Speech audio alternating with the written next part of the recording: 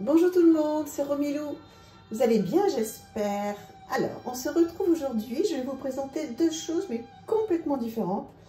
Un tarot que j'aime énormément et un livre, un grand dictionnaire, vous allez voir, qui, moi, qui me parle beaucoup et qui... Enfin bon, on va en parler après.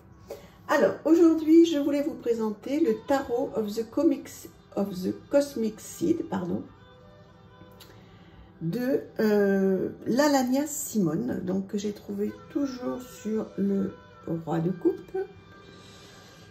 Voilà, donc qui arrive dans une très belle boîte, très jolie boîte même. Voilà, magnifique, très bonne qualité. Alors, je vais vous présenter les cartes après. Et donc, un petit guidebook tout simple. Alors bon, il n'y a pas de mignonnette, mais il est en papier glacé, très bonne qualité. Et juste l'essentiel. Donc, voilà. Les petits mots clés, un petit texte et quelques mots sur les cartes inversées. Donc, c'est tout simple. Alors ça, pour traduire ça, ça va aller. Voilà. Donc, un petit guidebook très bien fait, tout simple. Donc, très jolie couleur. Et je vous présente donc le jeu magnifique. Un dos splendide. Une qualité de carte, mais comme à chaque fois, hein, très belle. Alors, vous allez me dire qu'est-ce que vous pensez de ce jeu. Alors, voilà. Moi, ce 5 de coupe, il me transporte complètement. Dites-moi ce que vous en pensez. J'ai dû vous le montrer dans ma collection de tarot. Mais en fait, je ne vous l'avais pas présenté en détail. Donc, il y a des photos de montage, comme vous pouvez le voir. Moi, ça ne me dérange pas du tout. Au contraire, je vais pousser ça parce que voilà. Au contraire, j'aime bien, moi, de plus en plus, hein, les photos de montage. Mais après, bon, ça ne m'empêche pas d'adorer aussi tout ce qui est dessiné et peint, bien sûr, hein, mais je trouve qu'on a la chance de pouvoir avoir des choses complètement différentes les unes des autres. Et voilà, ça a été un vrai coup de cœur, ce jeu. Alors déjà, ce qui serait chouette, c'est que vous me disiez si vous le connaissez. Est-ce que vous l'avez vu passer? Voilà. Est-ce que vous l'aimez? Il reprend le Rider-Waite hein, complètement. Mais je trouve que qu'il a un côté très moderne. Donc ça, j'aime bien. Et il est tellement agréable à travailler en fait, ce jeu. Regardez comme c'est joli quand même là. C'est beau hein, ce 4 d'épée, j'adore. Le 5. Vous voyez, on reconnaît très bien le Rider-Waite classique, mais illustré différemment, bien sûr, hein, de ce qu'on a l'habitude de voir. Après, vous voyez, il y a quand même un mélange, voilà, ce que je vous disais, de photomontage, de modernité. Je sais pas s'il va vous plaire. Dites-moi. Bon, moi, j'adore, évidemment. Voilà, regardez comme elle est heureuse. Donc, ben celui-là, je vais m'en servir, on va dire, de manière classique. Hein. Je ne vais pas faire du travail psychologique dessus. Je vais m'en servir, je m'en suis servi d'ailleurs, pour faire un tirage, on va dire, classique. Enfin, je ne vais pas faire un travail psychologique dessus, si, toujours, hein, puisque, voilà, moi, je ne fais pas... donc dans la divination, vous le savez, mais donc après, une fois que j'aurai tiré les cartes, je me poserai des questions, des bonnes questions. Enfin, je vais tenter.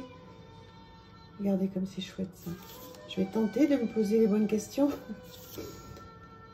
Voilà, puisqu'en fait, je tire... il va falloir que je fasse un tag ou un vlog pour vous expliquer. Je tire les cartes pour moi, on va dire à 90%. Et ensuite, donc, pour mes amis proches qui en ont envie et qui ont du temps, parce que je suis incapable de tirer des cartes pour quelqu'un comme ça sur un coin de table, il me faut beaucoup de temps. Voilà. Peut-être qu'un jour, je vous en parlerai plus tard, je le ferai différemment. Voilà, qu'est-ce que vous en pensez en fait de ce jeu? Dites-moi. Très particulier. Voilà, il est facile, hein, il est facile. Après, les illustrations, bon, elles sont en pleine page. C'est une très très bonne qualité. Bon, moi, je l'adore. Maintenant, je ne sais pas si vous allez l'aimer, mais bon, c'est ça l'intérêt, c'est de pouvoir partager et d'avoir vraiment les avis des uns et des autres. Donc, voilà, n'hésitez pas à me dire ce que vous en pensez. Alors, rien à voir avec le tarot. Je me suis procuré un dictionnaire que j'adore. Alors, le grand dictionnaire des malaises et des maladies. Alors déjà, je voulais dire, c'est évident, en aucun cas, surtout moi qui suis dans le monde médical, en aucun cas ça remplace un médecin, en aucun cas ça remplace un psychologue, un psychiatre, voilà. Simplement, c'est pour avoir un aperçu, quand on s'intéresse à tout ce monde spirituel, psychologique, etc. C'est pour avoir une petite idée de ce qui nous arrive quand on n'est pas bien. Quand on a quelque chose donc qui va pas bien. Et là, donc, vous avez donc un dictionnaire sur toutes les maladies que l'on peut rencontrer et avoir. Et faire un lien éventuellement avec, avec notre, comment dire, notre psyché. Et savoir si on peut aussi, en plus de la médecine, faire quelque chose. Alors, on va prendre un exemple. Voilà, par exemple, l'estomac. L'estomac, en général, il reçoit la nourriture et la digère pour combler les différents besoins de mon corps en vitamines, protéines. De manière générale, je nourris mon cerveau par les situations et les événements qui surviennent dans ma vie. Chaque estomac a son propre fonctionnement. Même si la forme générale est semblable, la digestion peut être différente d'une personne à l'autre. Mon estomac reflète la façon dont j'absorbe et j'intègre ma réalité et ma capacité à digérer les nouvelles idées ou les nouvelles situations. Il peut être comparé à un baromètre indiquant mon degré d'ouverture et ma façon de réagir dans la vie. J'accepte d'accueillir les nouvelles idées dans l'ouverture et le non-jugement. Bon, ça c'est un exemple. Mais en fait, vous avez toutes les maladies qui sont possibles. Alors ça va du petit bobo aux choses un petit peu plus compliquées, on va dire. Par exemple, la rectocolique hémorragique. Donc, on vous explique qu'est-ce que c'est. C'est une maladie inflammatoire du tube digestif, etc. Et après, il y a le côté psychologique qui, en fait, peut vous aider en plus des médecins, bien sûr. C'est la première chose à faire. Mais après, lorsqu'on a une maladie qui est déclarée, par exemple, on peut se servir de choses alternatives pour essayer de comprendre ce qui se passe, ce qui est arrivé. Voilà, parce qu'en fait, on sait tous, hein, je pense, enfin, en tous les cas, si vous êtes sur ma chaîne et si vous êtes intéressé par tout ce monde-là, on sait à quel point, voilà, on peut se déclencher des maladies. Hein.